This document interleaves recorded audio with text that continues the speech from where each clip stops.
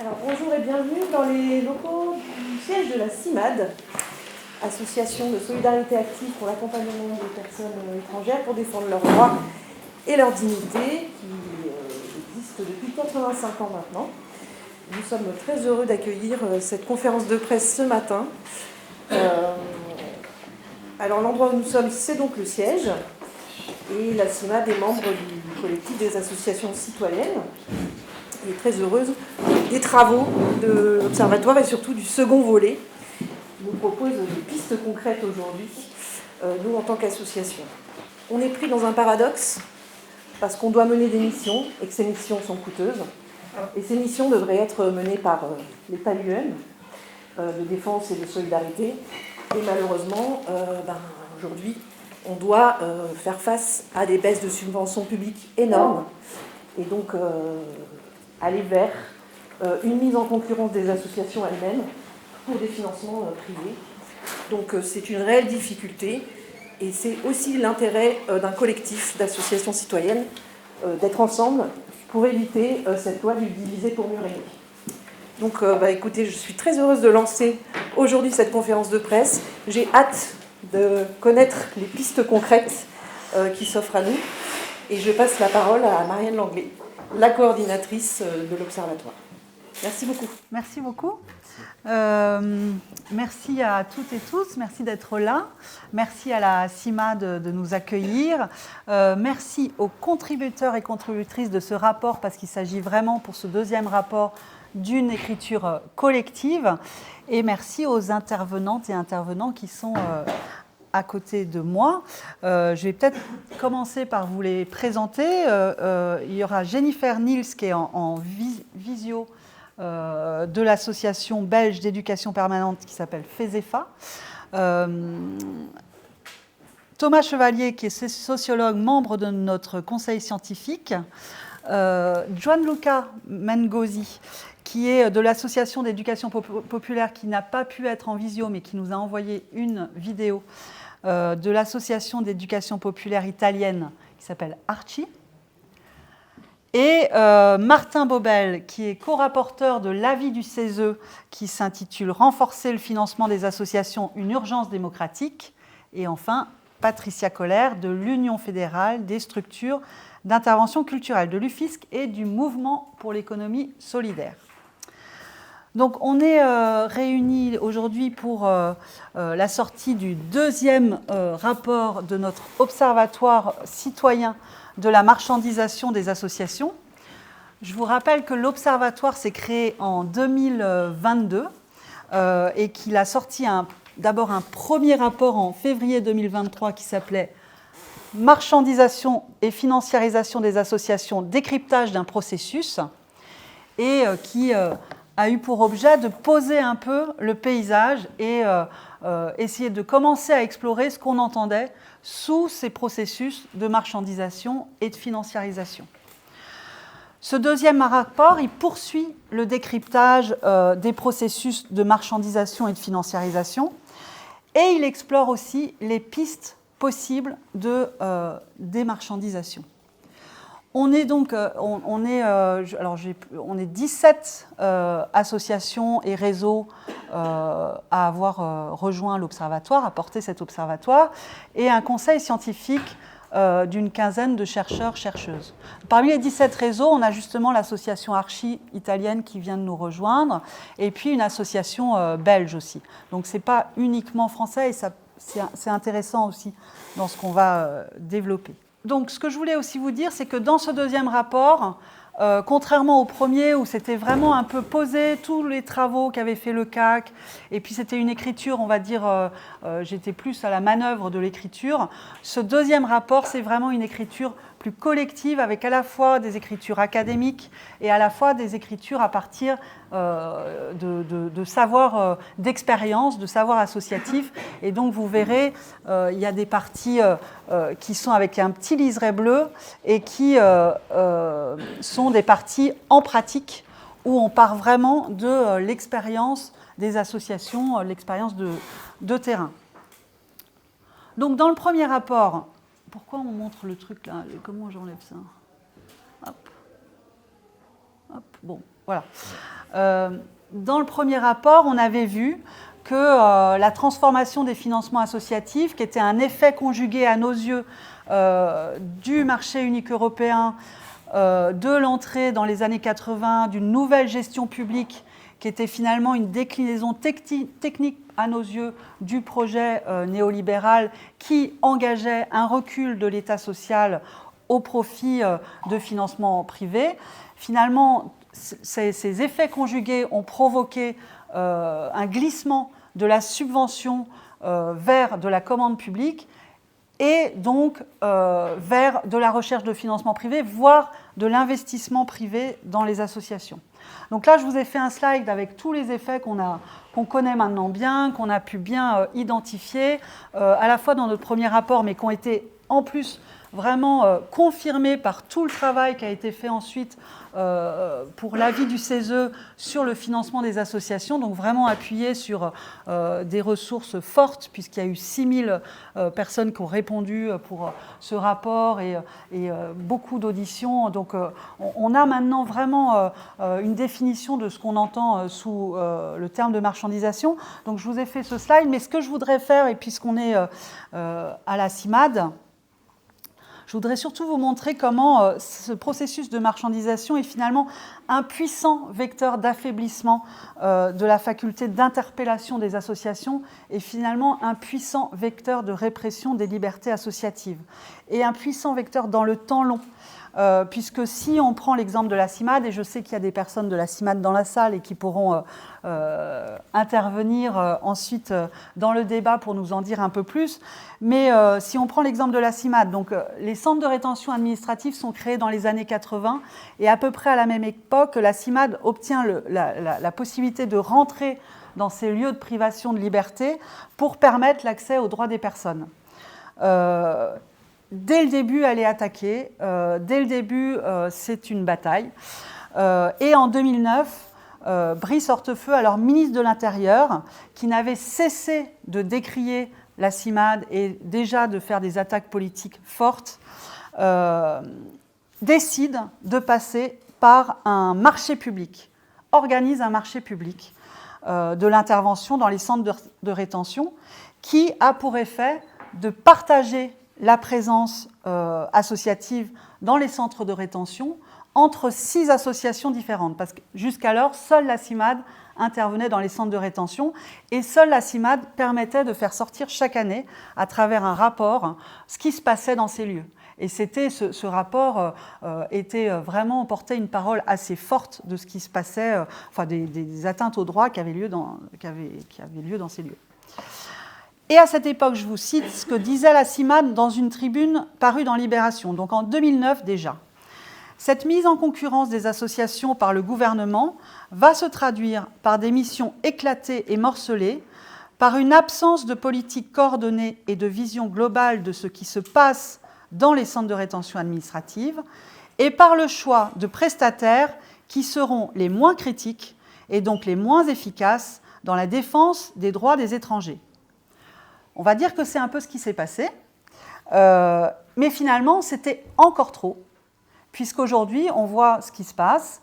Il y a une loi qui a été déjà votée par le Sénat, qui donc déclare que les associations, dit que les associations vont sortir complètement des centres de rétention administrative, remplacés par des fonctionnaires publics, des fonctionnaires de l'OFII.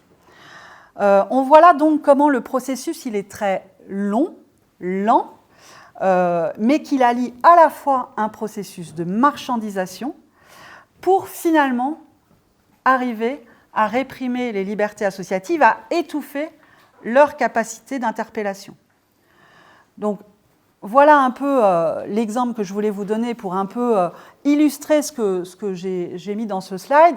Et le deuxième effet, le deuxième exemple que je voulais vous donner, pour illustrer cette fois le processus de financiarisation, qui est un peu différent, enfin qui est dans le prolongement du processus de marchandisation, mais qui est un peu différent, et on est en plein dedans aujourd'hui, c'est-à-dire comment on fait des savoirs et des pratiques associatives des objets lucratifs, des possibles objets d'investissement financier. Et on voit aujourd'hui ce qu'on a décrit, on l'a surnommé l'effet Canada Dry. Alors pour les plus jeunes, je vous rappelle que c'est une pub des années 80 qui nous disait que le Canada Dry, c'était une boisson qui avait la couleur de l'alcool, le goût de l'alcool, mais ce n'était pas de l'alcool. Aujourd'hui, on observe la montée, l'arrivée assez importante, on a environ 2000 en France, de start-up à impact, ou bien des entreprises à mission qui ont la couleur de l'associatif, le goût de l'associatif, mais qui sont à visée lucrative. C'est-à-dire qu'ils reprennent des savoirs et des pratiques associatives, et je vois Gloria dans la salle qui pourra éventuellement nous donner un exemple très concret au moment du débat. Donc ils reprennent des savoirs et des pratiques associatives et ils en font en fait des objets d'investissement financier. Ils font des levées de fonds parfois importantes auprès d'investisseurs à impact qui misent sur leur proposition, par exemple de créer une plateforme de dons en ligne où tout apparaît de prime abord complètement gratuit, c'est du lien entre les gens, c'est accessible, c'est souvent appuyé sur une solution technique d'ailleurs, une plateforme accessible sur les petits téléphones. Et puis derrière ça, il y a une visée lucrative puisqu'il y a un abonnement premium qui permet de passer à l'étape supérieure, d'avoir accès à plus de dons, d'avoir accès à plus de choses. Et donc, finalement, ils se financiarisent et certains aujourd'hui sont rentables. Alors évidemment, c'est des startups, donc pour 9 qui meurent, il y en a une qui marche. Mais c'est aussi le capital risque, c'est ce principe. C'est on mise sur des choses qui parfois ne fonctionnent pas. Donc ces produits d'investissement financier doivent à la fois prouver leur impact social ou environnemental, mais aussi rétribuer financièrement leurs investisseurs. C'est toute la différence avec les acteurs du non lucratif. Et ça change tout, en fait. Parce que même si tout semble pareil, cette visée lucrative, elle change tout. La pression à rendre le modèle rentable pousse ces acteurs à se conformer au modèle de marché, pas du tout à proposer autre chose, pas du tout à s'inscrire dans un autre projet économique que celui qui nous amène aujourd'hui dans le mur. Donc, l'entrée de ces acteurs marchands dans ces secteurs jusque-là construits et portés par le secteur associatif nécessite un élément essentiel pour que ça fonctionne. La financiarisation des savoirs et des pratiques associatives nécessite une mesure qui peut être monétarisée, une mesure de l'impact, puisque ça doit être une mesure extrêmement appuyée sur une notion de preuve. Il faut faire la mesure de son impact, toute chose égale par ailleurs. Donc cette notion de mesure de l'impact, elle est centrale. Elle donne à voir une valeur monétaire à des éléments qui jusqu'alors n'en avaient pas, et elle permet la construction d'un marché. Nous avons dans ce deuxième rapport tout un chapitre qui s'appelle la bataille de l'évaluation, avec notamment un décryptage de l'intérieur dans un réseau qui s'appelle Piment, vous verrez, des effets d'une évaluation par la mesure de l'impact sur les pratiques associatives, sur le fonctionnement interne de l'association. Alors, je ne sais plus. Alors, non, c'est comme ça, clic. Voilà. Ça, c'est toute une première partie qui est importante. Je fais un résumé très, très court. La deuxième partie s'interroge sur comment faire pour sortir de ces processus délétères. On a exploré trois pistes qui sont issues des savoirs associatifs essentiellement, pour tenter de démarchandiser les associations.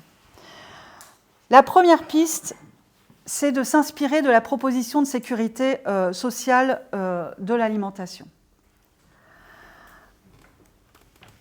L'idée, c'est de reprendre le principe de la sécurité sociale tel qu'elle avait été pensée après-guerre, avec la volonté de sortir la santé des mécanismes de marché, mais aussi de la gérer par les premiers intéressés, les travailleurs du soin, les syndicats, et à nos yeux, on retrouve là, ça fait un peu débat à l'intérieur de l'Observatoire, mais à nos yeux, on peut retrouver là la notion de commun, c'est-à-dire un bien, un besoin, une problématique, une ressource, gérée par les premiers concernés, qui construisent ensemble les principes de la gestion de cette ressource, de ce besoin, de cette problématique, dans le but de préserver à la fois les ressources et de répondre aux besoins.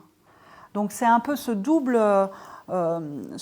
lien entre ce modèle de sécurité sociale de l'alimentation et la notion de commun, c'est-à-dire comment on gère collectivement un besoin, qui nous semble, à nos yeux, extrêmement intéressant, parce que si nous l'appliquions au financement associatif, il s'agirait non seulement de revendiquer un soutien public aux associations, de rappeler que la subvention vient soutenir une initiative citoyenne sans que les financeurs n'aient à en attendre une contrepartie, tout en repensant sa gestion et la redistribution de cet argent public pour le préserver du clientélisme partisan, de l'arbitraire politique, de tous les problèmes, enfin d'une partie en tout cas, des problématiques qu'on peut voir avec la subvention telle qu'elle a été organisée. Finalement, organiser le soutien public de manière plus démocratique. Il s'agit aussi de pouvoir soutenir l'interpellation citoyenne. C'est notre deuxième piste qui repart donc de la proposition du rapport Baquet-Meshmach qui plaidait pour un fonds pour l'interpellation citoyenne. Ce rapport, qui, je vous le rappelle, était issu d'une consultation puissante à l'époque. Le but était de soutenir et de faire entendre les interpellations de tous les citoyens, notamment des quartiers populaires. Et on reprend cette proposition avec l'idée de garantir la fonction de critique des pouvoirs établis qui doit être portée en partie aussi par les associations, et de les positionner, les associations, comme co-constructeurs des politiques publiques et non pas opératrices de politiques publiques, parfois de politiques publiques au rabais. Et de ce fait, de sortir aussi de la logique de financement au projet qui inscrit les associations dans une compétition, dans une course au projet pour renforcer la notion de coopération. On observe dans ce sens ce qu'on appelle des villes ou des collectivités refuges, des villes refuges, qui tentent de construire un cadre de confiance alors qu'on est dans une période de défiance extrême. Donc qui tentent de construire un cadre de confiance entre les associations et les pouvoirs publics. Il nous semble essentiel de poursuivre et de soutenir ces travaux sans en extraire la question des rapports de pouvoir et de la construction des désaccords. Parce que ça, c'est très important. Donc il y a eu tout un travail qui a été fait par l'Institut Alinsky qui s'est concrétisé dans des journées de l'interpellation citoyenne et des libertés associatives que je vous invite à... On le cite dans le rapport, mais là je ne peux pas m'étendre un peu plus, mais on pourra en discuter. Pour permettre cette fonction... Pardon, hop, voilà. Pour permettre cette fonction de critique des pouvoirs établis, d'ailleurs quand je dis critique des pouvoirs établis, c'est à la fois les pouvoirs institutionnels, mais aussi les pouvoirs économiques, les pouvoirs des grandes entreprises, les pouvoirs, voilà, par exemple de l'extrême droite, qui sont aujourd'hui extrêmement puissants pour étouffer les interpellations citoyennes. Pour permettre cette fonction, il nous semble essentiel d'avoir un cadre législatif protecteur, et nous nous sommes tournés vers la Belgique. C'est notre troisième piste, où le financement de l'éducation permanente, qui est l'équivalent de l'éducation populaire chez nous, nous semble particulièrement intéressant. Et on a travaillé en cela avec nos amis belges, dont Jennifer Niels est une des représentantes. Donc, en Belgique francophone, les associations agréées d'éducation populaire obtiennent une subvention de fonctionnement dans la durée, appuyée sur un système d'auto-évaluation et un décret qui stipule dans son article 1er que le développement des associations d'éducation permanente doit viser, je vous le cite, l'analyse critique de la société, la stimulation d'initiatives démocratiques et collectives, le développement de la citoyenneté active et l'exercice des droits civils et politiques, sociaux, économiques, culturels et environnementaux dans une perspective d'émancipation individuelle et collective des publics. Il nous semble qu'on pourrait s'inspirer de ce voisin pour penser un cadre législatif protecteur, tant au niveau national qu'au niveau européen. Parce que la question du cadre européen nous semble absolument majeure pour enrayer les processus de marchandisation et de financiarisation en cours. Le marché unique européen et sa règle d'or, qui est la concurrence libre et non faussée, le principe du marché unique européen, avec il faut qu'on ait tous les mêmes règles, tous le même système, pousse les pouvoirs publics au national comme au local à proposer des marchés publics plutôt que de passer par la subvention, à s'inscrire dans les logiques de marché qui respectent la règle d'or de la concurrence libre et non faussée. Et pour sortir de cette politique mortifère pour le secteur non lucratif, il nous semble essentiel de rappeler que l'Europe s'est d'abord construite sur la défense des droits fondamentaux, ce que rappelle la Charte des droits fondamentaux de l'Union européenne. Et dans ce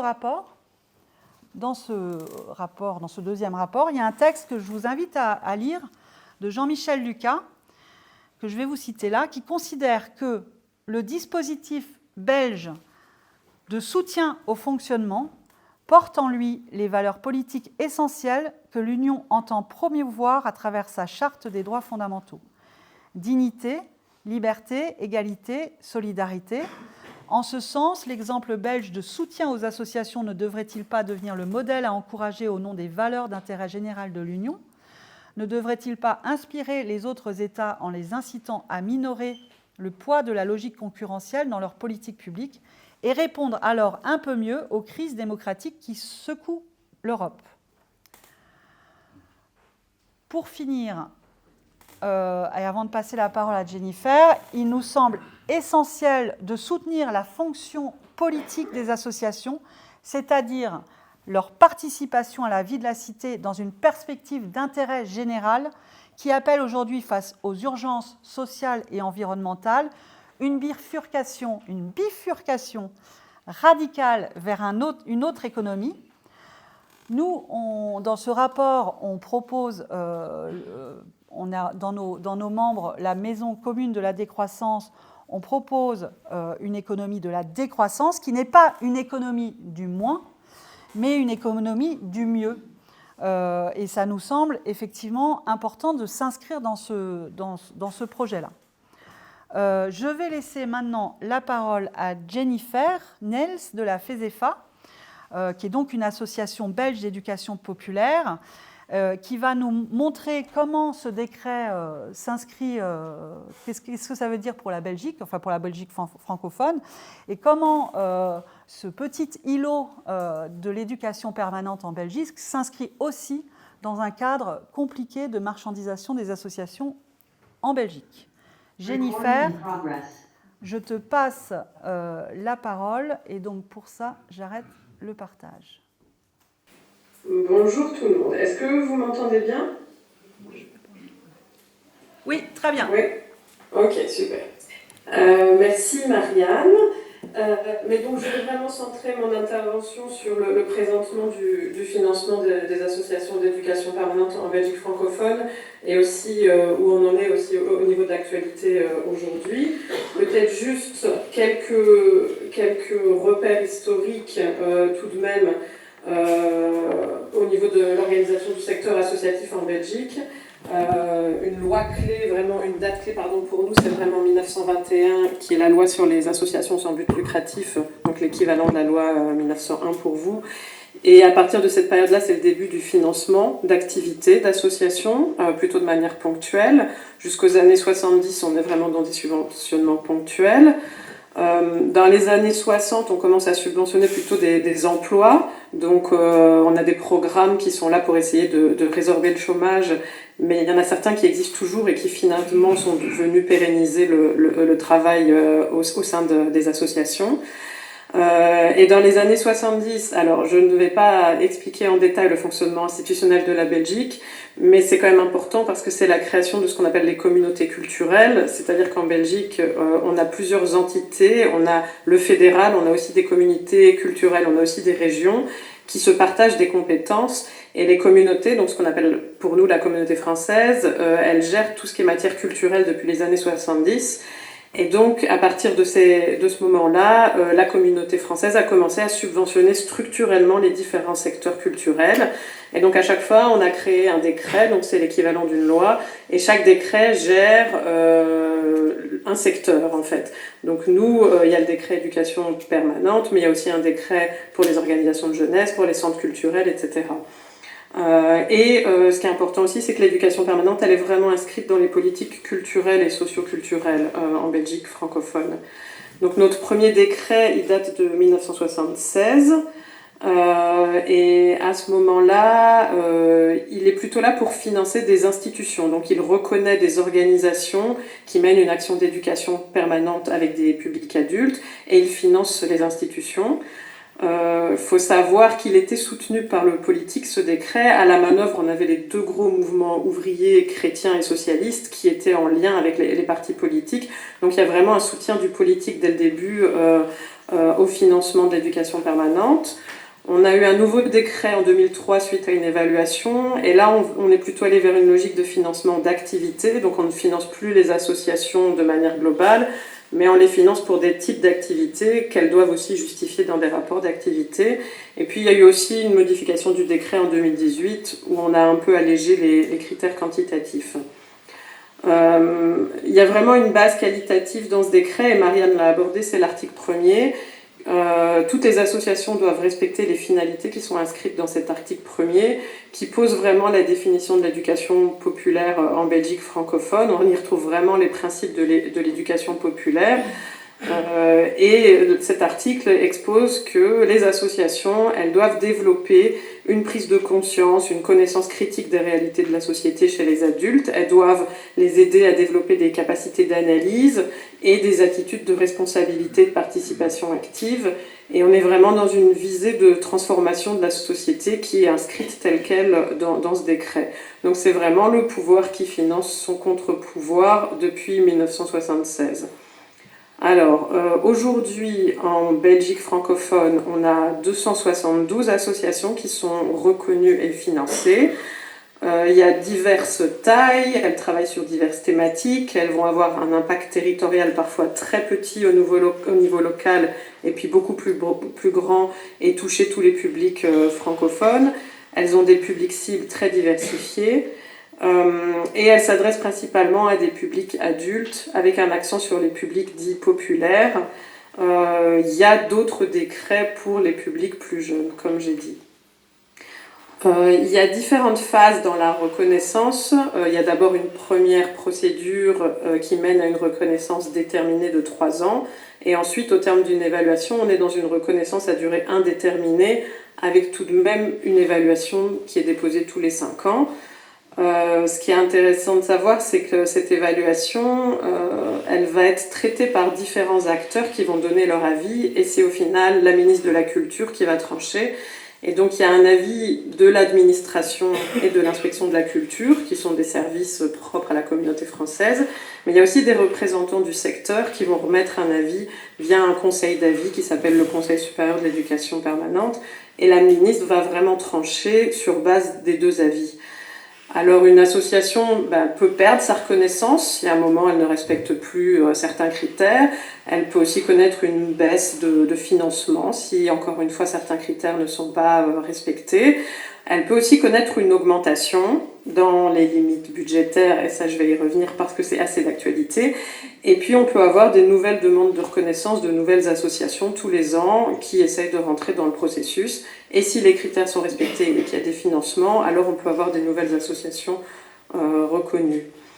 On est, comme je l'ai dit, dans une reconnaissance plutôt par type d'activité. Donc chaque association va choisir dans quel axe elle va travailler. Elle peut choisir de travailler dans plusieurs axes. Et elle va donc se spécialiser soit dans l'animation socio-culturelle, qui est vraiment l'axe de base, ça c'est l'axe 1 du décret, et donc proposer des activités d'animation socio-culturelle. Elle peut aussi travailler sur la formation des professionnels, ça c'est l'axe 2, et donc là on est vraiment au cœur du métier de la formation. Elle peut aussi décider de travailler plus sur la production de savoir associatif, donc réaliser des analyses, des études, proposer un centre de documentation, créer des outils pédagogiques. Ou alors, ça c'est le dernier axe, proposer des campagnes grand public de sensibilisation et d'information. Et donc selon l'axe, on ne s'adresse pas forcément au même public, puisque l'axe 1 est vraiment pour des personnes qui viennent de manière volontaire, et les autres axes sont plus pour des professionnels du secteur ou d'autres secteurs, voire pour le grand public.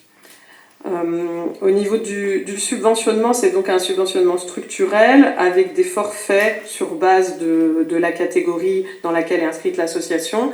Il y a un subventionnement activité et fonctionnement, et il y a aussi du subventionnement pour de l'emploi. Donc en fonction de la catégorie, en fonction de ce que produit l'association, elle reçoit de l'argent pour engager des personnes qui vont travailler sur les activités de l'association.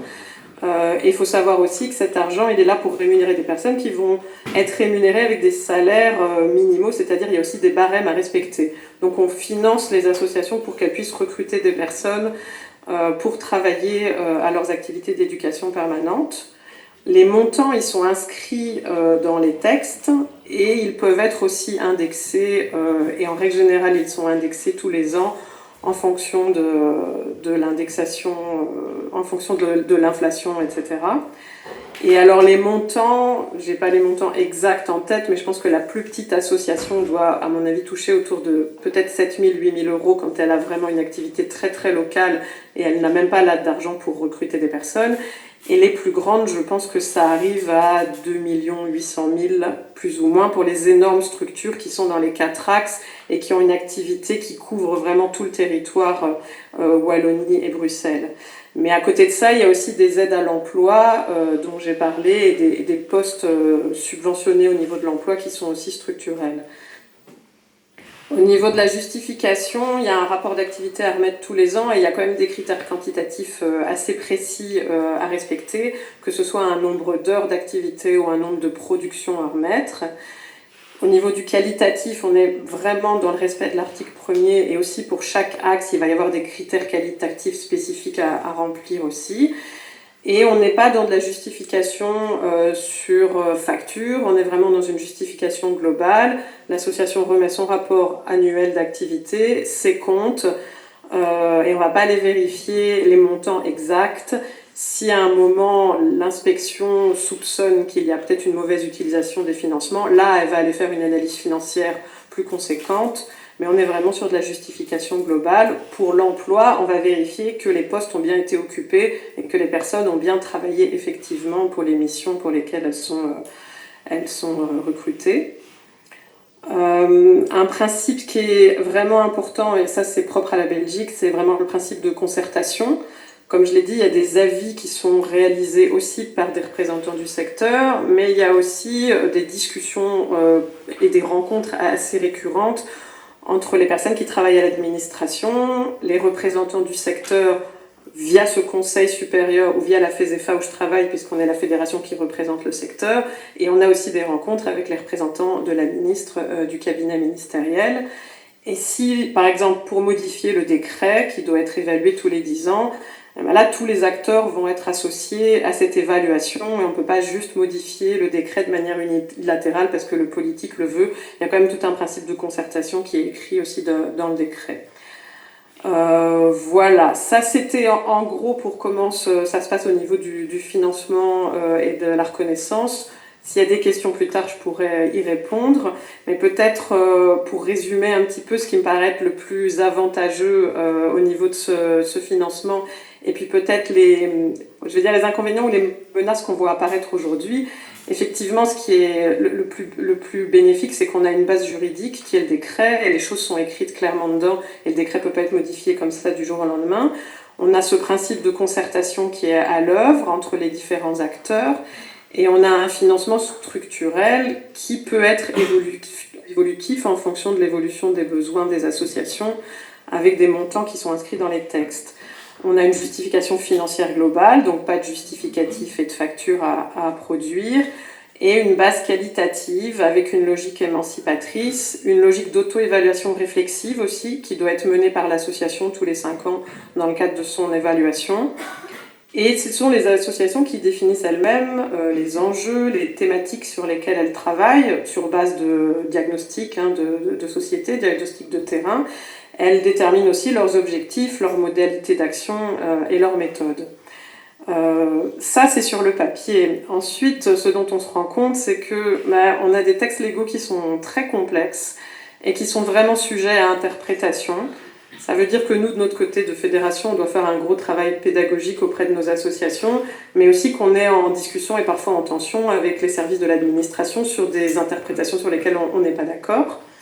Le rapportage annuel, donc devoir justifier toutes les heures d'activité qui ont été faites, ça peut être assez conséquent pour des petites associations en termes de surcharge administrative. Et on est aussi dans une période où les associations sont quand même en souffrance avec des baisses d'autres subventions, des turnovers, des maladies de longue durée. Donc ça peut vraiment être beaucoup de surcharge de travail pour parfois des financements qui sont petits, en tout cas pour les petites associations. On a une administration au niveau vraiment de la communauté française qui est assez faible et en sous-effectif. Donc ça peut aussi procurer de l'insécurité pour les associations. Et on sent qu'on est quand même passé ces dernières décennies d'une logique de confiance à une logique de suspicion, avec beaucoup moins d'accompagnement de la part de l'inspection de la culture, qui normalement a un rôle de contrôle, mais aussi d'accompagnement, mais parce qu'elle est aussi en sous-effectif et débordée, et parce qu'elle a des injonctions, elle va vers plus de contrôle que l'accompagnement. Il y a aussi d'autres types d'insécurité, par exemple quand les délais légaux ne sont pas respectés, parce qu'il y a trop de dossiers à traiter, que les délais sont intenables, qu'il y a moins de personnes à l'administration, et donc on peut aussi avoir des délais légaux qui ne sont pas respectés en termes de décision, et ça met aussi de l'insécurité pour les associations. Et enfin, on a des montants qui sont écrits dans le décret, mais le décret, il est financé qu'à 91% depuis, je pense, au moins 15 ans. Il aurait dû connaître une augmentation pour que les montants soient respectés, mais depuis, le politique n'a jamais mis la priorité dans le refinancement de ce décret. Donc ça, c'est pour ce que je perçois plus comme faiblesse, et peut-être plus par rapport à l'actualité politique et au changement dans les discours ambiants. Il faut savoir qu'on a plusieurs nouveaux gouvernements depuis le mois de juillet. Au niveau de la communauté française, on est passé à un gouvernement de centre-droite. En Wallonie aussi. Au fédéral, on a un gouvernement qui est vraiment à droite. Il n'y a toujours pas de gouvernement à Bruxelles, mais ça, je ne vais pas rentrer dans les détails. Et donc, les différentes mesures d'austérité qui sont annoncées à tous les niveaux pour maîtriser les déficits et les dettes, ça a des impacts collatéraux sur le secteur de l'éducation permanente parce que ce sont des associations qui sont beaucoup polysubventionnées. Donc elles ont le subventionnement éducation permanente, mais en règle générale, elles ont d'autres subventionnements, que ce soit en environnement, que ce soit en insertion socio-professionnelle, en social santé, etc. Et s'il y a des mesures d'austérité à d'autres niveaux, bien sûr qu'il y a des impacts en cascade chez ces associations. Au niveau des réglementations, je vous avais parlé de 1921 et la loi sur les associations sans but lucratif. Elle a disparu et les associations ont été intégrées dans le Code des sociétés et des associations depuis 2020, ce qui veut dire qu'une association est vraiment maintenant assimilée à une entreprise. Et donc désormais, elle peut poursuivre une activité économique à titre principal, ce qui n'était pas le cas avant, à partir du moment où elle ne redistribue pas les bénéfices à ses membres. Et comme elle est considérée comme une entreprise, ça veut dire qu'il y a toute une série de nouvelles mesures aussi, de nouvelles obligations, ce qui augmente vraiment la surcharge administrative, que ce soit en termes de publication d'actes ou de décisions, de responsabilité des administrateurs, d'insolvabilité, etc. Les associations, elles doivent vraiment respecter les mêmes obligations que les entreprises. Alors c'est un peu tôt pour voir un impact concret sur les associations, puisque ça date seulement de 2020. Mais en tout cas, on va vers cette assimilation des associations à des entreprises comme les autres. Il y a d'autres mesures qui peuvent impacter les associations. Au niveau fédéral, le gouvernement a annoncé il y a peu qu'il allait probablement baisser la déductibilité d'impôts pour les dons aux associations. Et donc ça va forcément aussi avoir un impact en cascade sur le secteur de l'éducation permanente. Et alors, pour terminer, au niveau des discours ambiants, on sent quand même une évolution, notamment depuis ces élections. On sent que la concertation est moins mise en avant, alors que c'est quand même quelque chose qui est moteur en Belgique depuis longtemps. Et on sent moins de soutien politique aussi au secteur culturel, associatif ou même de l'éducation permanente. On entend des remises en question quand même d'activités d'association, donc de remise en question de l'autonomie associative. On a des attaques récurrentes du parti francophone de droite envers le secteur de l'éducation permanente spécifiquement, envers la culture. Le président de ce parti a quand même remis en question l'intérêt d'avoir un ministère de la culture. Et certains politiques ciblent spécifiquement certaines associations qui seraient trop militantes. Donc ça, c'est un discours qui est de plus en plus présent dans les médias. On a aussi des discours très contradictoires des politiques au niveau communauté française. Au moment de la formation du gouvernement, on a écrit dans des textes, dans la déclaration de politique communautaire, qu'il y aurait un soutien à un développement du secteur de l'éducation permanente. Et puis on nous a annoncé il y a peu qu'en fait les budgets allaient être gelés, et donc on s'attend peut-être à des baisses aussi. Donc c'est très insécurisant pour le secteur. Et au niveau des discours, on entend aussi de plus en plus qu'il faudrait aller vers la diversification des financements, que le culturel devrait aller notamment vers le mécénat, qu'il faudrait faire plus d'activités commerciales. Et on entend aussi de plus en plus l'intérêt d'analyser davantage l'impact et les résultats, que ce soit en culture ou de d'autres secteurs. Et ça, on l'entend aussi dans le secteur de l'éducation permanente aujourd'hui. Voilà, je vais arrêter là. J'espère que j'étais OK pour le timing. Merci beaucoup, Jennifer. Merci pour cet éclairage de la situation en Belgique. Et maintenant, je vais laisser la parole tout de suite à Thomas. Donc, tu es sociologue et tu es chercheur membre de notre conseil scientifique. Et donc, tu vas nous livrer ton analyse de l'évolution de la subvention. Comment tu as vu évoluer la subvention dans le temps ?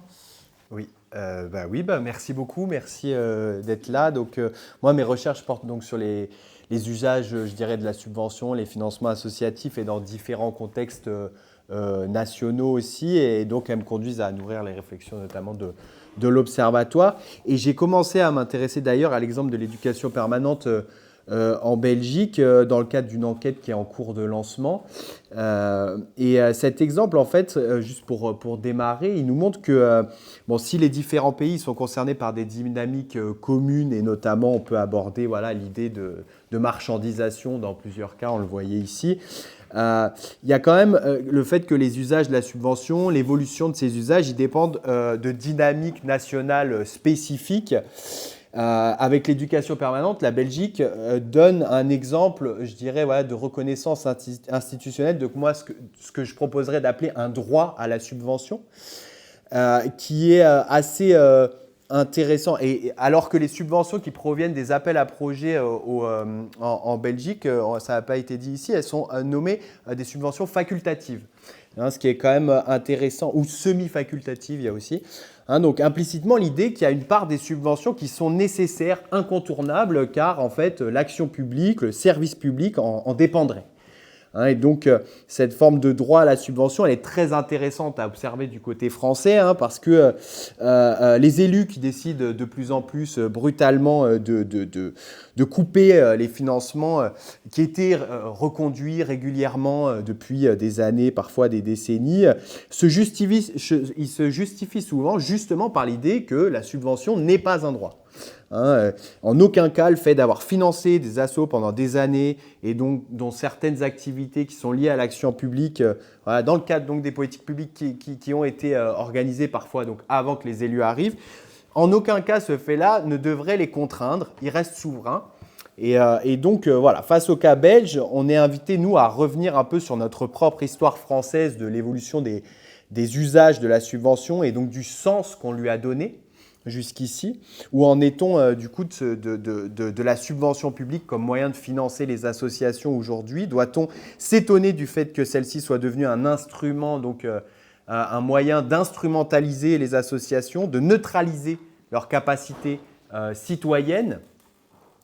Et donc, s'il est vraiment important aujourd'hui de revendiquer la sécurisation donc, de la subvention comme mode principal de financement des assos, comme le recommande le CESE notamment, je pense qu'il faut aussi remettre sur la table certains de ces aspects les plus fondamentaux.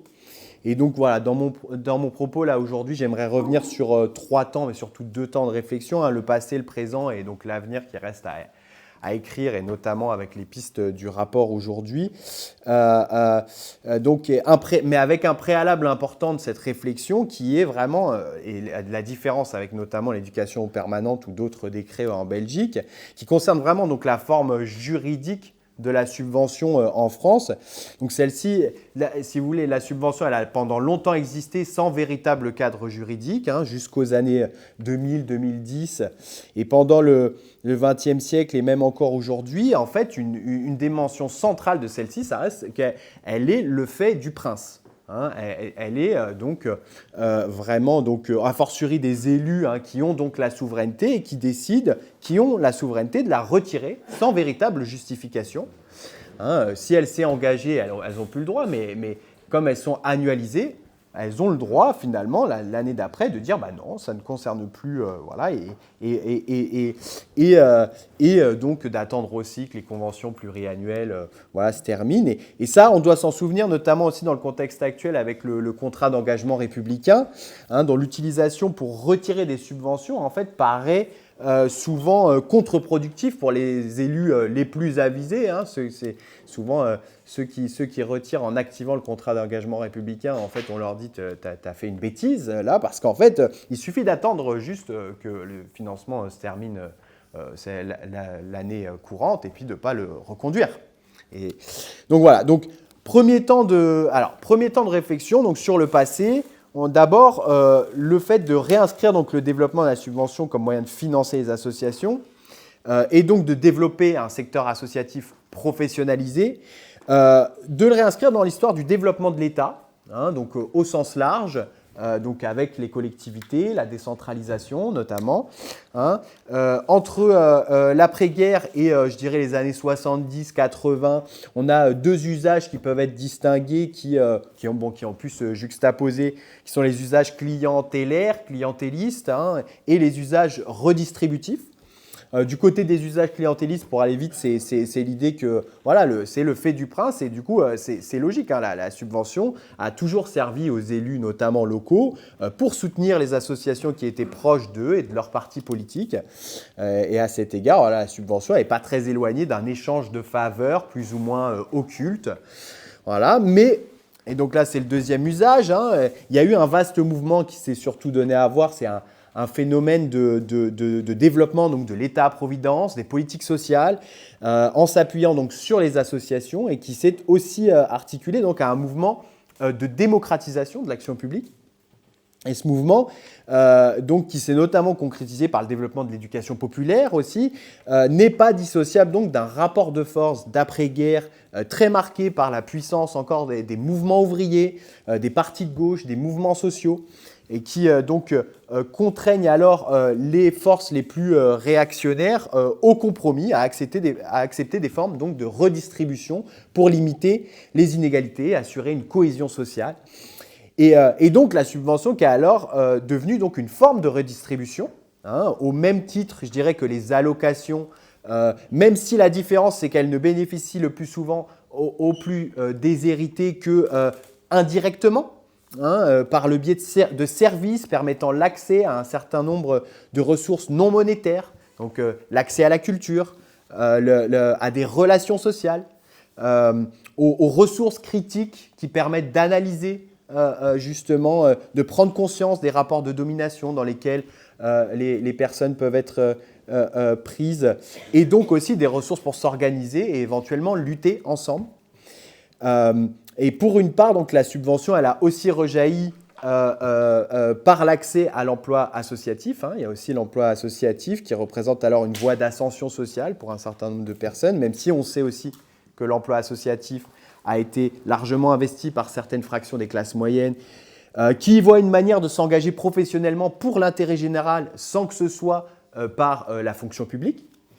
Donc la subvention représente alors aussi des salaires pour des métiers de l'intérêt général qui se situent donc en dehors donc, de cette fonction publique.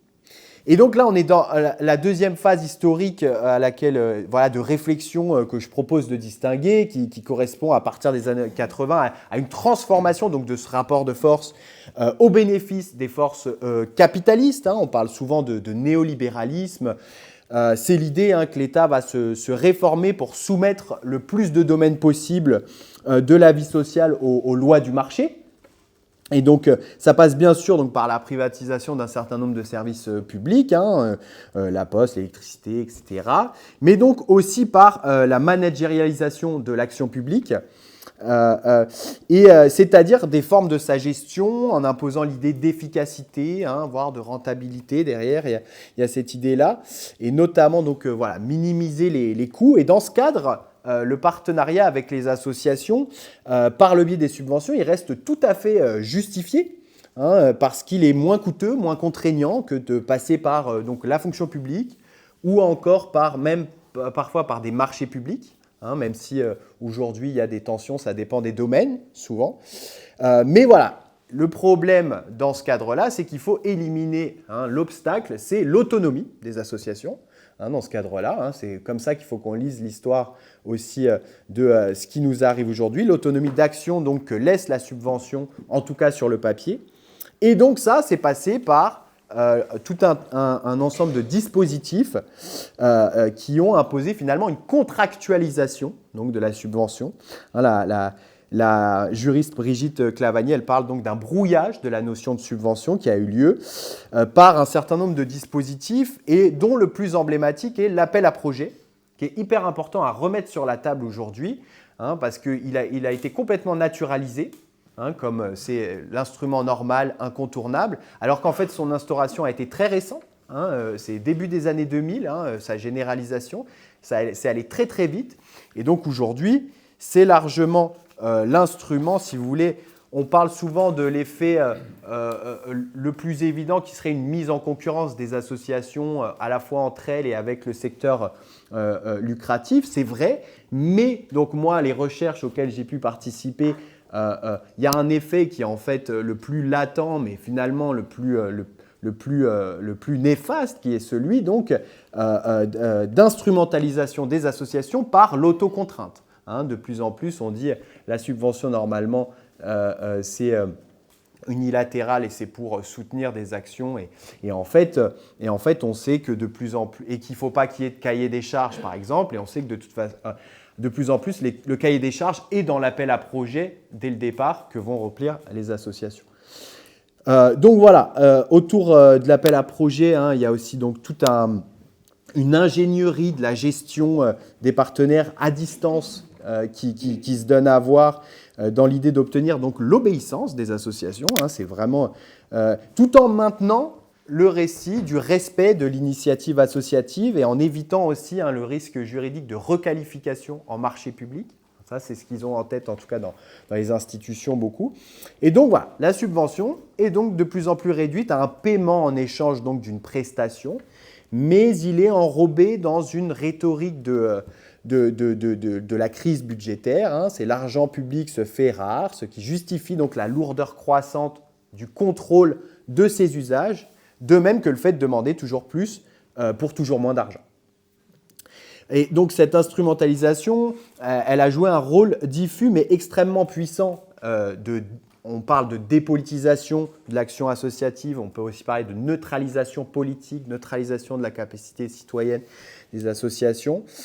Pour conserver les subventions, il faut taire certaines manières de regarder les problèmes, par exemple en parlant d'inégalité, voire d'exploitation ou de domination, et le plus possible adopter donc les catégories prescrites par l'État.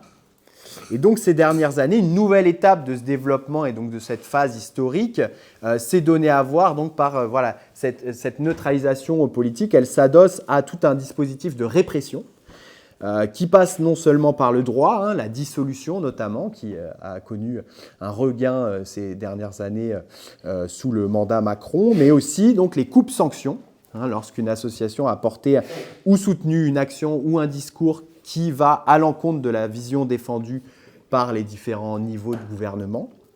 Et donc derrière, là encore, il faut porter le regard vers le rapport de force, dans lequel pèsent de plus en plus les forces les plus réactionnaires, les plus liberticides, les plus fascisantes. Et donc le contrat d'engagement républicain, comme je disais, est un instrument dont l'effet est plus finalement symbolique aujourd'hui que directement matériel. Il alimente la peur et donc l'autocensure. Et voilà, alors voilà où on en est pour conclure et comment la subvention a donc eu tendance à devenir ce moyen pour instrumentaliser et museler le monde associatif, ce qui amène donc au troisième temps de réflexion sur l'avenir qui reste donc ouvert en fait et auquel donc le rapport de l'Observatoire cherche à contribuer. L'idée, c'est si le rapport de force continue de se dégrader, il n'est pas loufoque de penser que le peu de subventions qui subsisteront seront réservées aux associations qui acceptent en fait de jouer un rôle de mercenaires, je dirais, au bénéfice donc de la cause antidémocratique, xénophobe montante. Et donc voilà, s'il faut vraiment chercher à reconquérir la subvention, il faut aussi repenser les formes et les significations qu'on lui donne, le cadre juridique, afin donc de la protéger de l'arbitraire et d'en faire un instrument donc, au service de ce qu'on veut, l'émancipation collective, quoi. Voilà, je vous remercie pour votre attention. Merci beaucoup Thomas, super. Merci, c'était super éclairant. Et alors, pour revenir un peu sur le cadre européen, on devait avoir avec nous Gianluca Mengozzi de l'association d'éducation populaire italienne Arci, mais pour des raisons familiales, il n'a pas pu être en visio, donc il nous a envoyé une petite vidéo. Et avant de la lancer, en espérant que tout fonctionne, je voulais vous... Alors, pourquoi on lui a demandé de venir nous expliquer la situation italienne aujourd'hui? C'est que l'Italie, suite à une procédure d'infraction de la Commission européenne, pourrait voir, qui date de 2010, donc qui est assez ancienne, pourrait voir toutes les associations, de la plus petite à la plus importante, soumises à la TVA à partir du 1er janvier 2026. Et donc, si ça devait être vraiment appliqué, parce qu'il y a une bataille qui est en cours actuellement en Italie pour repousser encore d'une année, ça fait plusieurs fois qu'ils arrivent à repousser encore d'une année l'application de cette nouvelle loi qui donc vient d'une procédure d'infraction du niveau européen, de la Commission européenne. Si ça devait s'appliquer, l'association Arci estime que ça pourrait faire disparaître environ 8000 associations et mettre en grande difficulté 20 000 autres. Donc, je vais lancer la petite vidéo de 5 minutes en espérant que ça va marcher. Hop. Bonjour, je vous adresse une chère salutation à vous tous qui vous êtes réunis dans cette circonstance très importante pour nous et je remercie surtout Marianne Langlais pour cette invitation. Je ne peux pas participer pour des raisons familiales, mais je tiens à remercier l'Observatoire pour l'invitation qu'il a fait à Arci à participer à ces travaux. Et je vous assure que nous allons vous donner le maximum de contributions dans les prochaines occasions. L'effort que l'Observatoire intend de faire, que nous tous on est en train de faire, c'est un effort très important. Parce qu'on a en Europe un phénomène très grave de réduction des espaces de liberté économique des associations. Il y a une tentative d'assimiler les économies des associations qui ne sont pas profitables aux économies des entités économiques profitables, comme si les associations devaient s'assumer aux lois du libre marché. Ça, c'est inacceptable, parce que ça signifie l'élimination de l'économie mutuelle, que c'est la grande économie noble, libre, que les organisations du troisième secteur, les organisations des associations des mutualités ont bâti et construit avec la lutte des milliers ouvriers et paysans de la moitié de 1800. Cette économie est pour nous vraiment très importante et on ne peut pas laisser au gouvernement, à l'Union européenne, de la détruire et de l'assimiler aux économies des marchés. En Italie, par exemple, il y a un phénomène où l'Union européenne a fait plusieurs procédures d'infraction contre le gouvernement italien pour assumer les associations aux règles du marché. et éliminer tout ce qui favorise les entités qui n'ont pas une caractéristique profitable.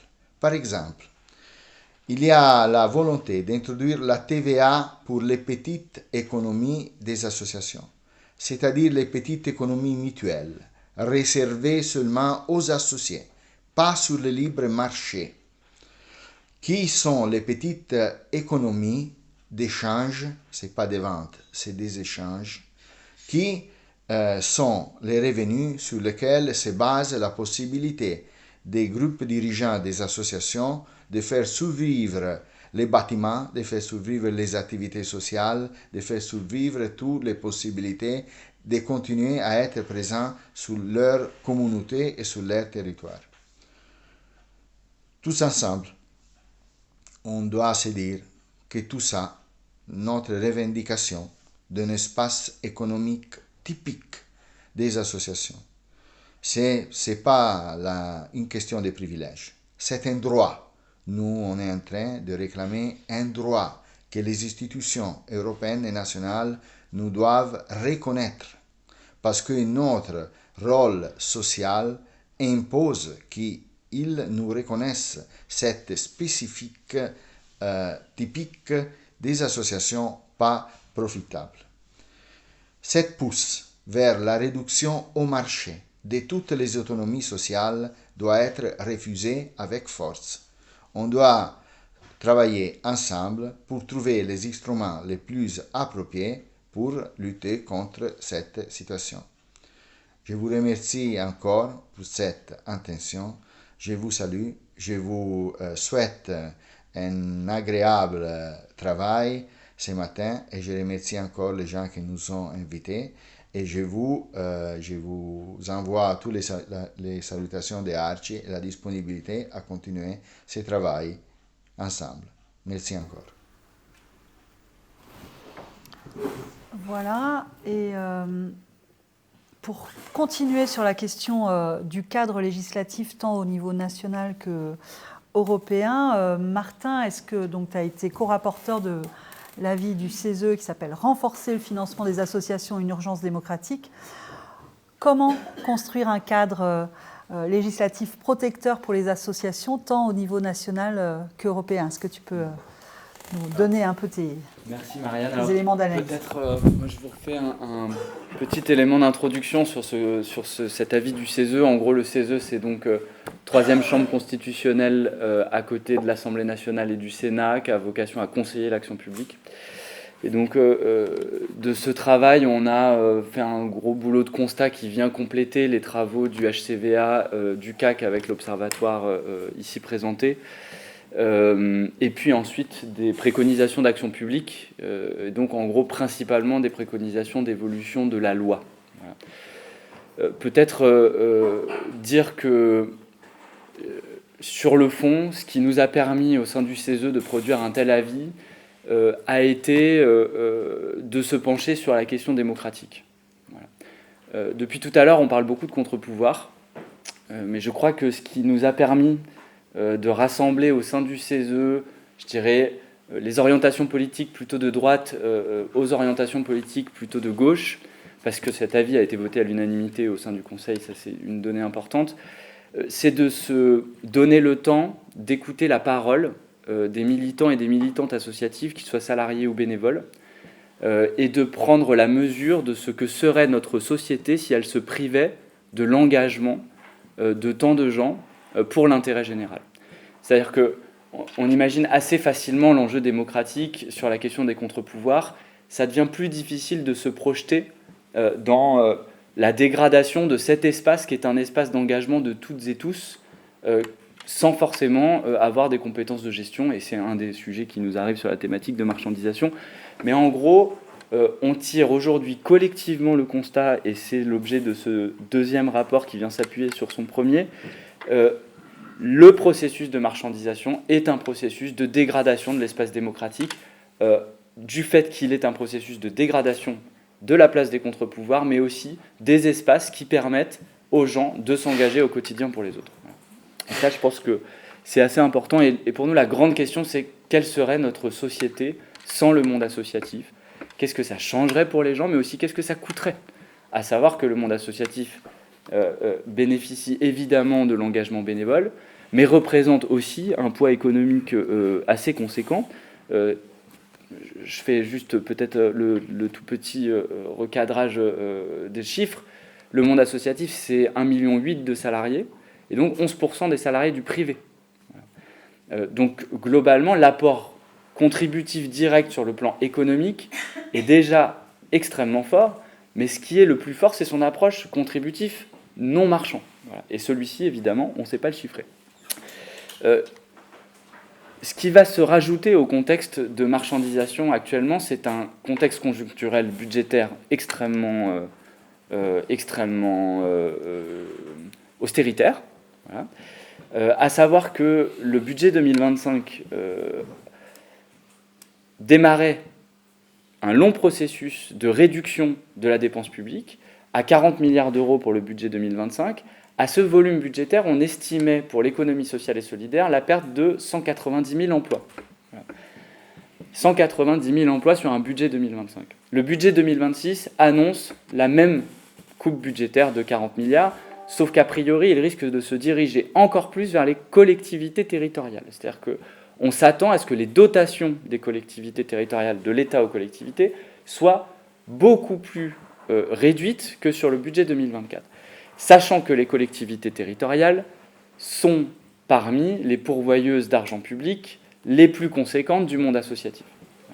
Donc on peut s'attendre aujourd'hui à vivre une crise budgétaire sans précédent, sachant que les projections du ministère des Finances pour l'année 2029 est la réduction de 120 milliards d'argent public, considérant les 40 à venir de 2026.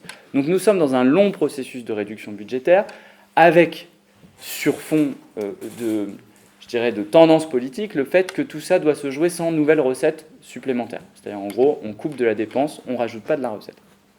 Ça, c'est peut-être pour reprendre un peu le contexte, c'est-à-dire qu'en gros, ce qui s'est joué les 10 dernières années entre le travail du HCVA, le travail de l'OCMA et le travail du CESE, c'est qu'on s'est donné le temps de tirer un constat commun.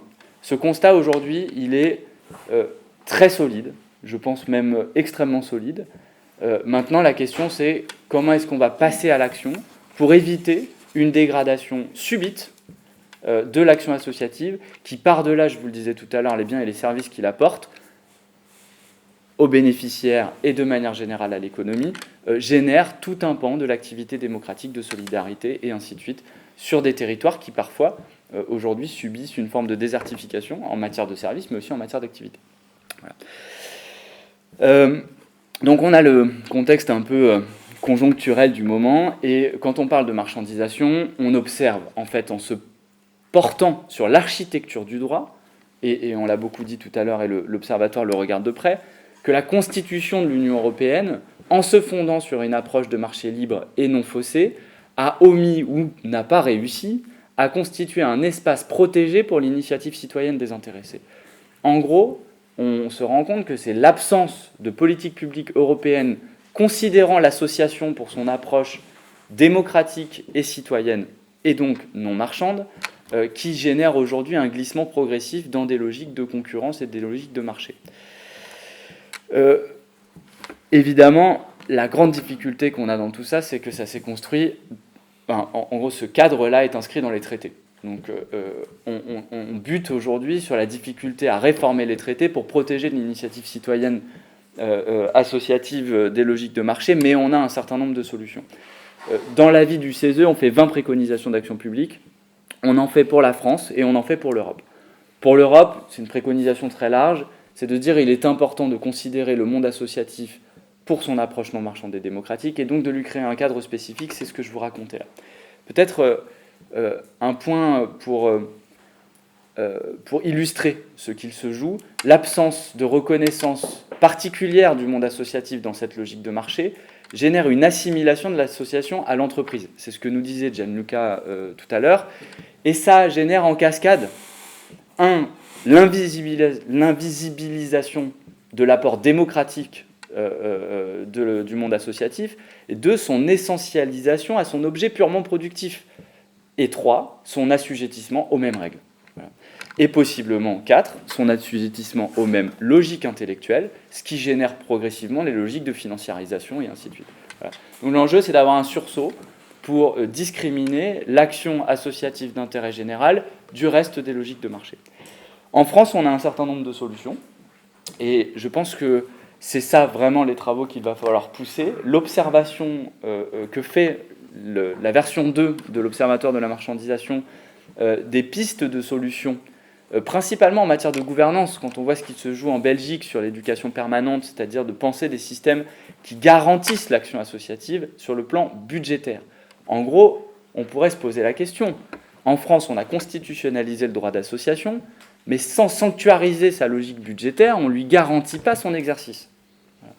Et donc, on peut se poser cette question au futur de comment construire, ce que tu disais Thomas, un système qui va garantir un minimal financier au monde associatif, mais qui plus est idéalement dans une logique de gouvernance qui permet une approche démocratique, mais aussi la reconnaissance de l'association comme constituante de la société à côté du suffrage, enfin, de notre organisation démocratique à côté du suffrage tout court. Voilà. Et donc, dans le rapport du CESE, on a enclenché, ou en tout cas on s'est appuyé sur ces réflexions, de donner plus de place au monde associatif dans les décisions de l'orientation de notre système redistributif, c'est-à-dire de l'orientation de l'argent public, comme on a pu le concevoir en 1946 à la conception de la sécurité sociale, et puis par la suite, comme on a pu l'imaginer pour le financement des médias, pour le financement du monde syndical, c'est-à-dire en gros comment est-ce qu'on sanctuarise, en apportant un système de gouvernance adapté, un mode de financement qui tient. Alors l'avis du CESE ne va pas aujourd'hui assez loin.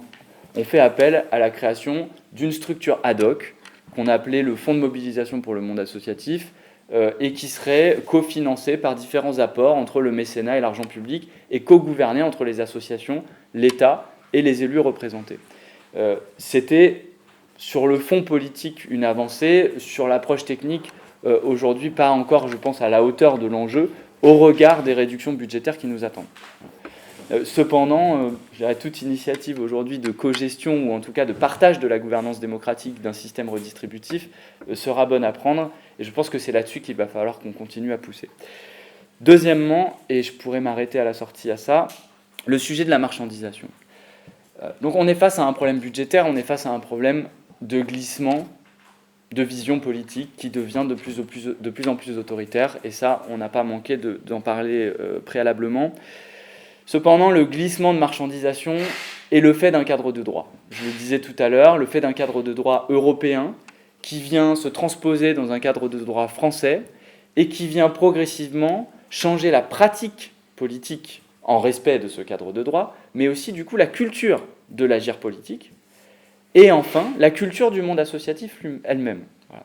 En gros, le fait que l'Union européenne dise la subvention est réputée interdite et la logique qui prévaut, c'est la logique de concurrence, c'est en gros ce principe-là qui a poussé à la libéralisation puis la privatisation des services publics, vient d'éteindre progressivement sur le financement de toutes petites organisations qui n'étaient pas pensées à la base dans le logiciel européen, qui ne distordent pas du tout la concurrence pour un marché libre européen. Ce changement aujourd'hui politique et culturel que l'on observe, c'est donc le fait d'une interprétation principalement extensive ou surprudentielle du droit de l'Union européenne qui était principalement pensé pour les services publics industriels, pour les gros volumes financiers.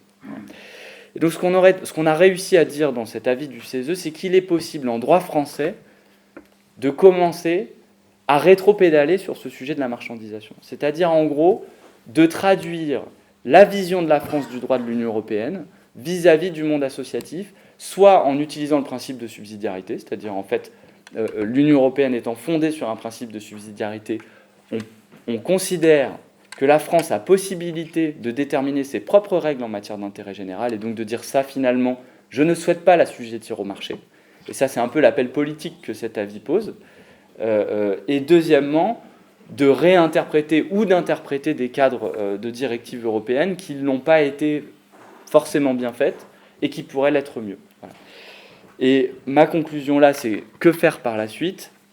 Le mouvement associatif dont je suis vice-président et qui me mandate au CESE appelle aujourd'hui et commence à rédiger un cadre de loi qui reprend une partie des préconisations du CESE et qui est un cadre qui globalement dit ce que l'avis du CESE dit, la subvention doit être le mode de financement principal et la logique de concurrence ne prévaut pas forcément.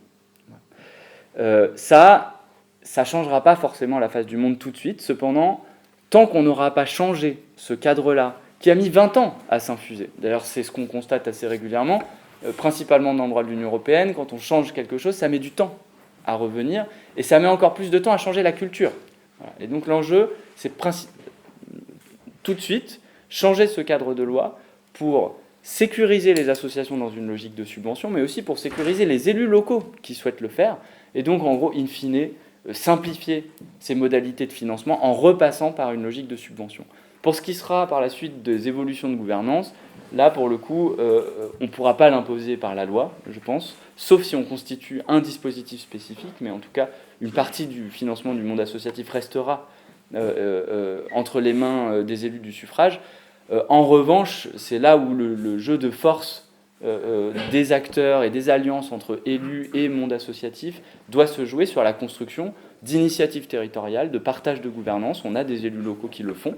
Par exemple, l'île Saint-Denis donne à son conseil de vie associative la responsabilité de la redistribution d'une partie de l'argent de la commune et fait de son conseil communal une chambre d'enregistrement du choix du conseil des associations qui décide de qui et combien seront distribués aux associations territoriales. En gros, on a un travail politique de soft power à produire pour fabriquer des systèmes territoriaux qui fonctionnent et qui pensent des réformes de gouvernance du monde associatif. Voilà, je m'arrête là. Merci beaucoup. Merci beaucoup, Martin. Patricia, pour terminer, avant d'échanger avec la salle, et bon, on a un peu explosé le temps, et Élise, est-ce qu'on peut un peu déborder ou si? Oui. Donc on prendra un petit temps pour ceux qui peuvent rester pour échanger avec vous. Je suis désolée, on a un peu débordé notre cadre. Patricia, pour terminer, donc l'Union fédérale des structures d'intervention culturelle, le FISC et le MES, le Mouvement pour l'économie solidaire, sont des réseaux membres de l'Observatoire. Je voulais te demander de faire un petit pas de côté et peut-être nous dire, après ce tour de table, à quoi peut servir l'espace ouvert par l'Observatoire pour des réseaux comme les tiens, et comment peut-être vous allez vous approprier ce deuxième rapport, qu'est-ce que ça peut vous amener à vos propres réflexions. Merci Marianne, et puis merci en effet à toutes les contributions de ce matin. Je pense que c'est vraiment pour des réseaux, des fédérations comme les nôtres, un espace assez essentiel que celui de l'Observatoire, parce que déjà il permet de croiser, comme on l'a vu ce matin, des réflexions, des apports, des expériences, et de tirer des fils rouges en commun. C'est vrai qu'on a vraiment besoin d'avoir des espaces qui nous permettent de croiser nos réalités, de croiser nos pratiques et de croiser nos réflexions.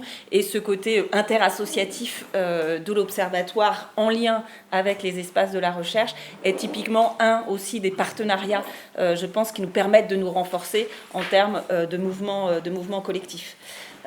Et c'est vrai qu'on avait aussi travaillé notamment sur l'ouvrage quelle politique quel monde associatif demain, où on regardait déjà les scénarios, les menaces, les risques, ainsi que les scénarios de renforcement. On a pu, à travers le premier rapport, décrypter en effet cette menace de la marchandisation, et je ne rappelle pas tout ce qui a été dit puisque ça a été bien relevé ce matin, les différentes dimensions, mais qu'on voit vraiment que ce sont des réalités et des menaces que l'on voit dans les pratiques associatives réelles.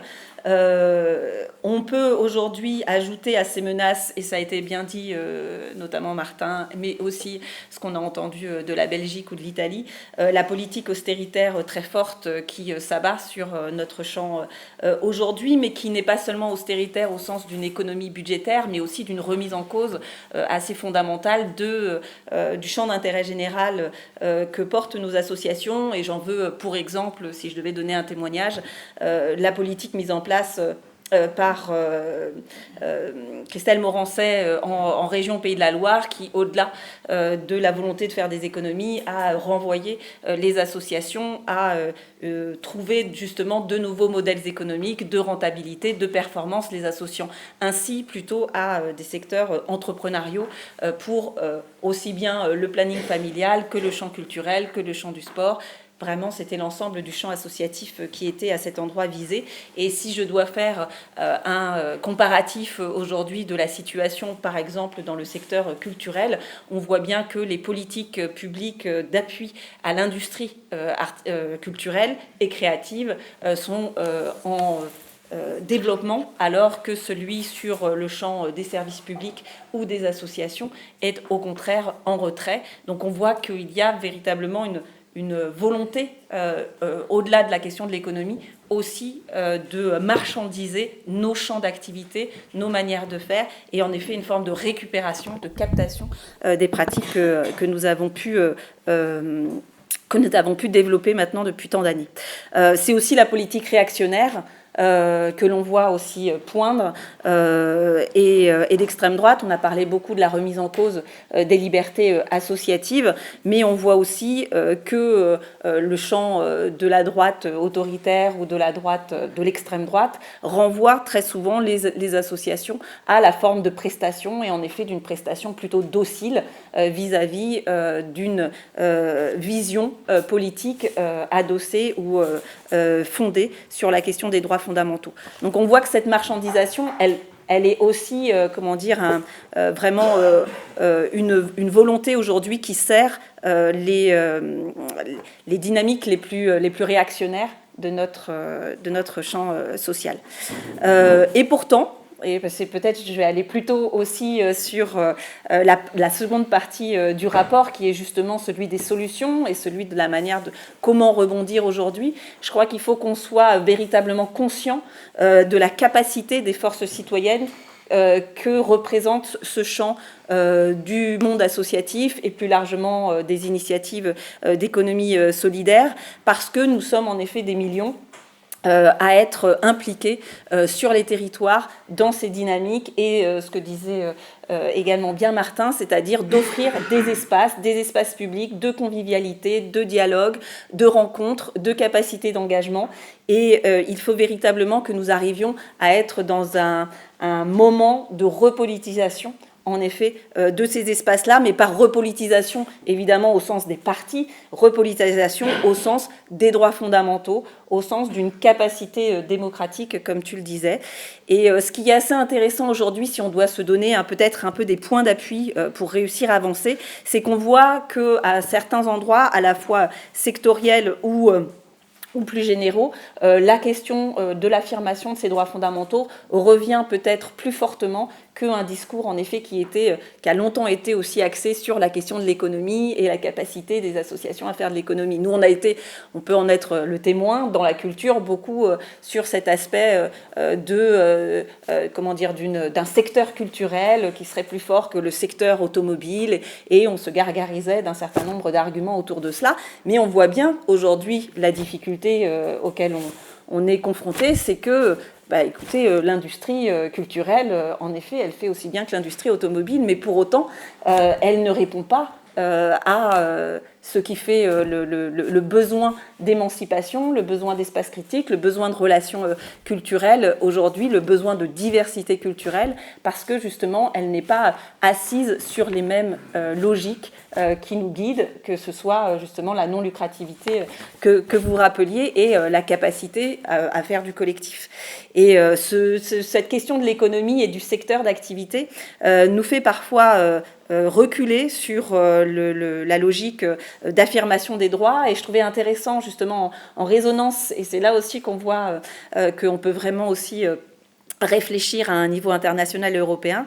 On voit par exemple que l'exemple qui est bien cité dans le rapport sur l'éducation permanente et le décret qui a été mis en place en Belgique résonne tout particulièrement pour nous par la loi NOTRe de 2015 et l'entrée dans cette loi ou l'affirmation dans cette loi des droits culturels comme référentiel pour l'organisation des politiques en matière culturelle, tant au niveau de l'État qu'au niveau des collectivités. Et à partir de ce référentiel des droits culturels qui s'appuie justement sur les droits fondamentaux, ça nous permet de penser les politiques publiques à partir des questions de dignité, de liberté, d'émancipation des personnes et aussi de contribution des personnes à la vie culturelle et donc à la vie démocratique. Ce qui change l'entrée par rapport à un accès aux œuvres, à un accès à des produits culturels. Ça n'est plus la volonté politique d'être simplement, de donner simplement accès aux personnes à des produits, mais bien de revendiquer et d'assurer l'exercice de leurs droits fondamentaux. Et là, je pense qu'on prend justement une capacité une autre capacité pour les associations et qui ne sont pas, les droits culturels ne correspondant pas seulement aux associations artistiques et culturelles, mais bien plus largement à l'ensemble du champ associatif. Et on voit en tout cas que nous, ça a eu des capacités à faire bouger des lignes, que ce soit auprès de collectivités territoriales qui s'emparent justement de ce référentiel pour penser leur politique publique, ou même au niveau de l'État, avec le ministère de la Culture, qui par exemple passe de cahier des charges plutôt contrat de performance, au sens du New Public Management, puisqu'aujourd'hui on était non plus sur des contrats pluriannuels d'objectifs, mais désormais de performance pour les structures financées par la puissance publique, à par exemple une expérimentation autour des contrats de résonance, qui sont des contrats qui permettraient de penser la résonance avec le territoire, la résonance avec les personnes, et donc justement la question de leurs droits fondamentaux à travers les droits culturels. C'est un exemple, mais ça nous permet justement d'avoir des points d'appui pour penser des expérimentations. Autre élément, je pense, également important et que tu citais, Martin, justement à l'instant, c'est l'entrée territoriale et la capacité aujourd'hui à penser aussi les coopérations entre nos associations et de penser écosystèmes territoriaux. C'est-à-dire de faire attention à ne pas s'enfermer dans des formes d'isolement et de délibération ou de négociation individuelle avec les collectivités, mais bien plutôt de réfléchir à des formes de solidarité active en réalité sur les territoires, à partir justement de ces fondamentaux qui nous rassemblent.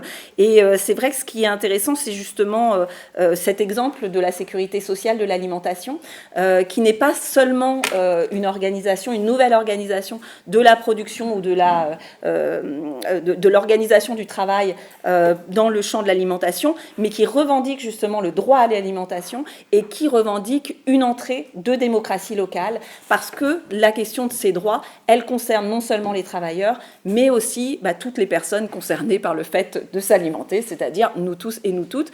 Et à travers ce type d'expérience, on voit comment les droits fondamentaux sont reliés et remontre la Déclaration universelle des droits de l'homme de 1948, qui est l'interdépendance et l'indivisibilité des droits. Puisqu'on a bien la question des droits sociaux avec la question du travail et comment on porte de la protection sociale, comment on revendique de la protection sociale, non seulement à un niveau national, mais aussi à des niveaux locaux et des capacités à faire du collectif, à créer des solidarités en collectif. Le travail sur les droits économiques, souvent négligé, notre revendication sur les droits économiques, de pouvoir redéfinir ce qu'est l'économie, et c'est vrai que ça tient notamment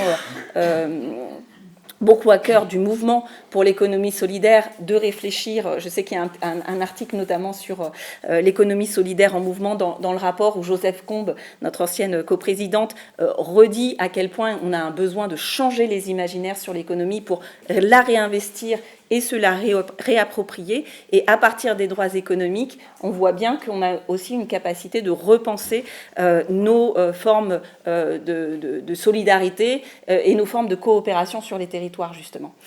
Et il y a beaucoup d'initiatives qui vont en ce sens, donc soutenir aussi les ingénieries de coopération sont aujourd'hui essentielles.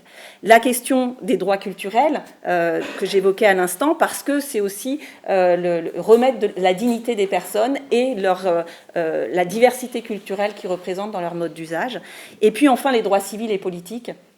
On le disait à l'instant, de renforcer la démocratie. Et donc on voit bien que dans une simple expérience, mais on a cette interdépendance des droits qui est proposée, et c'est peut-être à cet endroit-là qu'on a aussi besoin, nous, de porter politiquement notre discours pour révéler à quel point toutes ces expériences d'initiatives solidaires, d'initiatives associatives portent cette interdépendance des droits et nous obligent aussi à retravailler. Ça veut dire à travailler avec les syndicats, à travailler avec les mouvements sociaux, à travailler avec les collectivités territoriales, et qu'à cet endroit, on peut avoir un terrain de revendication pour une transformation profonde, une transformation sociale profonde.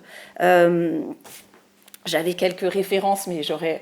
Juste quand même pour donner quelques références sur la force de cette solidarité démocratique, j'avais envie de citer, je ne vais pas aller sur des citations, mais Luc Carton quand même, à qui je pense on peut rendre hommage, et quelque part le rapport le cite notamment, dans la question de la démocratie en acte, et pour montrer comment cette démocratie, elle doit pouvoir se vivre quotidiennement. Ça n'est pas seulement, comme tu disais, Martin, la question du suffrage, c'est aussi une démocratie que nous devons culturellement avoir quotidiennement, en fait, dans nos actes associatifs, dans nos actes sur le champ territorial, dans le travail, etc. La question de la réciprocité égalitaire, qui nous est aussi redite par Jean-Louis Laville, comme capacité de chacun et de chacune à construire l'organisation sociale d'un point de vue égalitaire. J'avais aussi envie de citer l'éthique de la relation, qui est aussi un élément qui nous permet d'appuyer, et c'est notamment Cécile Offroy qui le porte beaucoup dans nos associations, une autre manière de penser justement l'organisation des rapports humains, des rapports de domination qui sont encore trop souvent présents, et qui justement nous permettent de réfléchir. Et parce que tu parlais aussi d'évaluation, Marianne, je pense que les travaux, notamment de Florence Janicatrice, qui pense une autre manière d'évaluer, pour sortir aussi d'une vision de l'évaluation qui est très productiviste, en définitive, nous serait intéressante pour penser justement la coproduction, en fait, dans les relations. Donc, dans la suite, on a un agenda qui est quand même très... comment dire, avec beaucoup de possibles. Je pense à la question des municipales qui est devant nous, lorsqu'on pense à la question de la co-construction avec les collectivités territoriales et notre capacité à faire du plaidoyer justement sur nos associations. Donc on a vraiment un besoin d'enrichir sans doute nos plaidoyers. Je pense notamment à celui qui est fait par le collectif pour la transition citoyenne à travers le collectif Pacte, qui porte justement cet objet de la participation démocratique. Une stratégie aussi au niveau national, et je cite très rapidement le fait que la ministre de l'ESS a lancé une concertation sur la stratégie nationale française de l'économie sociale et solidaire, avec un risque qu'on s'enferme justement dans une vision très économiciste de cette économie sociale et solidaire qui oublie cette dynamique démocratique et justement ne met pas suffisamment l'accent sur la sécurisation du financement tel qu'on a pu en parler dans nos secteurs. Et puis au niveau européen, mais là Martin a déjà un peu donné les éléments de piste, mais renforcer en effet les services d'intérêt général et penser un espace socio-économique et un cadre non pas dérogatoire, mais pleinement assumé pour nos espaces est important, et je crois que la mise en réseau également, et vous l'avez bien montré ce matin avec d'autres structures européennes, est indispensable. Donc je cite notamment l'événement qui aura lieu à Bordeaux cette année, le GCEF, qui va justement rassembler plein de structures du champ de l'économie sociale et solidaire d'un point de vue international. On aurait sans doute aussi beaucoup apporté sur cette question de la démarchandisation à un niveau plus international. Merci beaucoup, Patricia. Je vous remercie toutes et tous pour ce temps partagé. Les rapports sont là. Je voulais d'abord aussi remercier l'IFMA et l'INJEP qui nous ont soutenus dans ce travail. Et voilà, je tiens à le rappeler ici. Et les rapports le premier et le deuxième sont à l'entrée. Si vous voulez en précommander, parce qu'on a eu un petit problème de livraison de l'impression, là il y en a assez peu à l'entrée, mais si vous voulez en précommander, on peut prendre vos coordonnées et vous en faire parvenir. Et puis, alors, avant peut-être aussi permettre aussi à la CIMAD, excuse-moi, j'ai oublié ton prénom. Louise, de venir peut-être un tout petit peu réagir à tout ce qu'on a dit.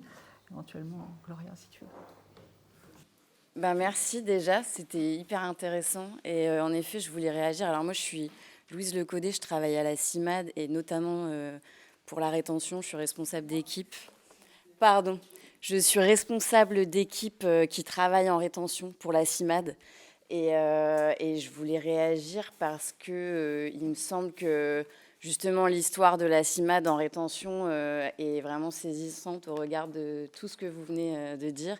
Et notamment, Marianne, tu l'as cité, mais le fait que l'État nous a imposé le cadre du marché public il y a une vingtaine d'années pour intervenir en CRA. Ça faisait écho à ce que vous disiez sur... alors non pas, là, c'est pas une subvention, mais le cadre du marché, il va permettre à l'État assez facilement de s'assurer que les assos respectent un certain cahier des charges qu'il a lui-même défini et surtout, voilà, soit des bons petits soldats. J'ai des exemples un peu récents sur ça, sur comment l'État va pouvoir...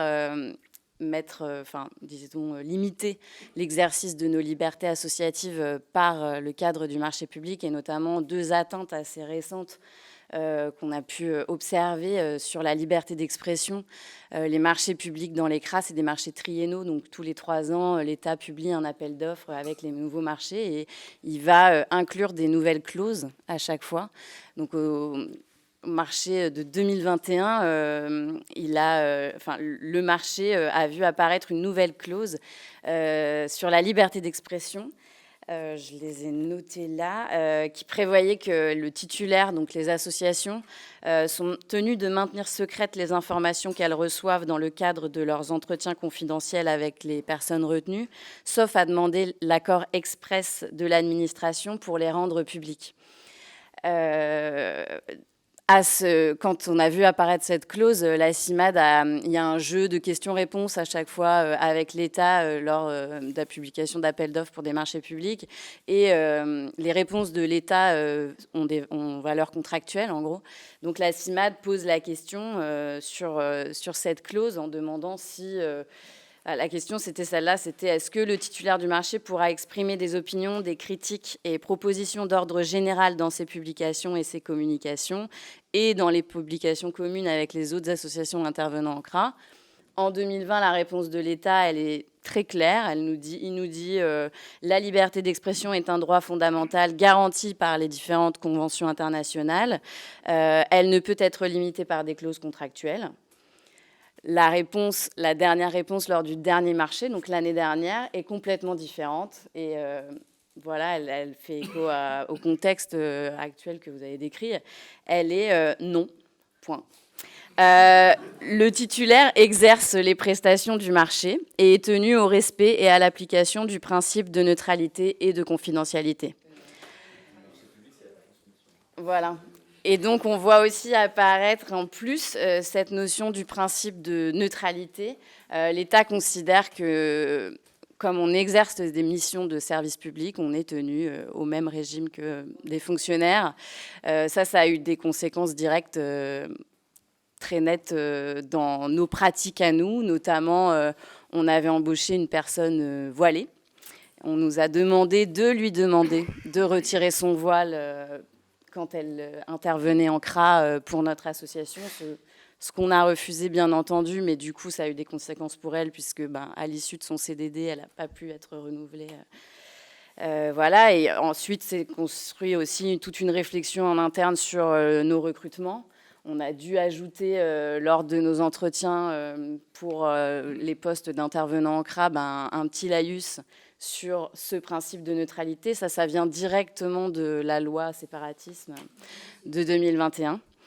Voilà, et bon, pour finir aussi, tout ce qui se passe en ce moment, mais tu l'as noté, Marianne, sur la proposition de loi visant à confier à l'OFII les missions d'assistance juridique. Donc là, on arrive peut-être à la fin de l'intervention associative dans les CRA, et donc à tout ce rôle de vigie que nous, on a essayé de maintenir toutes ces années, depuis 80 que la CIMAD, depuis 81 que la CIMAD est présente dans les CRA. Voilà, ça va sûrement se terminer. On espère que non, mais par ça. Mais du coup, c'était un bon exemple. Et du coup, c'est assez intéressant que vous soyez venus faire la présentation de rapport ici. En tout cas, merci beaucoup. Merci beaucoup.